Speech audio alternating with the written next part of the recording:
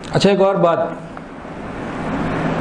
جتنے ہم بیٹھے ہیں نا، ہم سب کے اندر طمع اور حرص اور لالچ کسی نہ کسی درجے میں موجود۔ آپ کسی لالچی آدمی سے پوچھ لیں نا تمہارے اندر کیا لالچ ہے، وہ کہے گا نہیں میرے اندر تو نہیں ہے، میں تو بڑا قناعت والا ہوں۔ کسی بھی طمع والے سے پوچھ لیں، کوئی ماننے کو تیار نہیں ہوتا کہ میرے اندر طمع ہے، ہم میں سے بھی کوئی نہیں مانے گا۔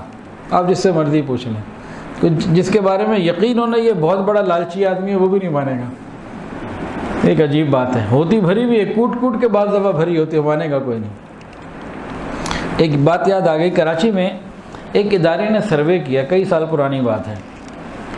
سروے کیا تھا کہ کراچی کے ان امیر لوگوں سے ملنا ہے جن کے اپنے گھر کی قیمت کم سے کم 50 کروڑ ہو، 50 لاکھ نہیں، 50 کروڑ ہو، اور ان سے ایک سوال کرنا ہے اور 10 لوگوں سے ملنا ہے۔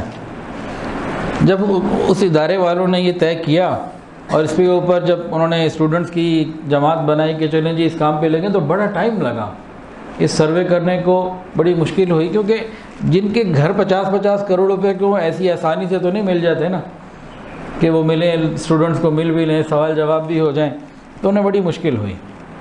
لیکن بہرحال انہوں نے 10 کا ٹارگٹ پورا کیا اور سب سے ایک ہی سوال کیا۔ اس سوال کو سن کر بعض لوگ تو حیران ہو گئے، یہ سوال کیا ہے؟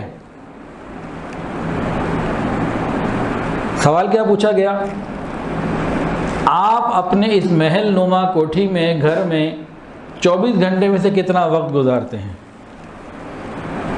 یہ جو 50 کروڑ یا اس سے اوپر کا گھر آپ نے بنا لیا ہے، یہ جو آپ کا محل نما گھر ہے، اس میں آپ 24 گھنٹے میں سے وقت کتنا گزارتے ہیں؟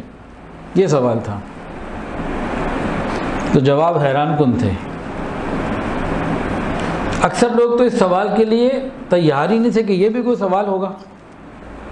پھر جب انہوں نے سوچ کے جواب دیا تو کسی نے کہا 4 گھنٹے، کسی نے کہا 5، کسی نے کہا 6۔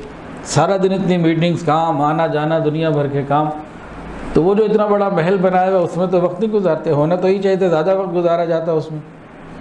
اور کہنے لگے اس سروے میں ایک صاحب نے تو یہ کہا کہ سال میں چند مہینے مجھے ملتے ہیں جب میں شہر میں ہوتا ہوں، باقی تو سفر میں ہوتا ہوں، کبھی اس ملک میں تو کبھی اس ملک میں۔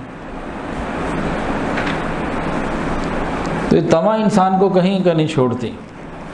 یہ جوئے میں لوگ کیوں جاتے ہیں؟ لالچ کی وجہ سے۔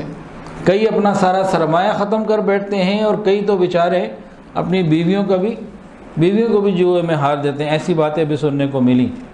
یہ انتہائی مہلک مرض ہے، اسی لیے شریعت نے اس کو حرام قرار دیا اور سمجھایا کہ اس سے بچو۔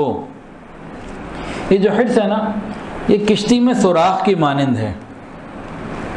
آپ جانتے ہیں پانی دریا میں ہے اور جناب کشتی جو ہے دریا میں چل رہی ہے، اس میں سوراخ چھوٹا ہو یا بڑا، چھوٹا نقصان دہ یا بڑا نقصان دہ؟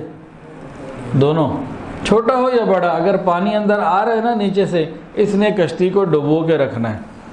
جلد یا بدیر کا فرق تو ضرور ہے چھوٹے بڑے سے، لیکن جب کشتی کے نیچے سوراخ ہو گیا تو بس یہ پھر ذلت اور رسوائی کی بات، یعنی کہ کشتی ڈوبے گی۔ اسی طرح جس کے اندر طمع ہے نا، تھوڑی ہو یا زیادہ، یہ اس کی عزت کی کشتی کو ڈبو دے گا، اس کی عزت نہیں بچے گی۔ جب بھی انسان طمع کی طرف آتا ہے نا تو مال بھی جاتا ہے، عزت آبرو بھی جاتی ہے، بہت کچھ چلا جاتا ہے۔ یہ دنیا ایسی ہے جو آرزوؤں کو جوان کرتی ہے اور انسان کے جسم کو بوڑھا کر رہی ہوتی ہے۔ ایک وقت میں دونوں کام ہو رہے تھے، آرزویں جوان ہو رہی ہوتی ہیں، یہ خود بوڑھا ہوتا ہے، قبر کے قریب جانے کی فکر کی طرف لگا ہوتا ہے، بوڑھا ہو رہا ہوتا ہے۔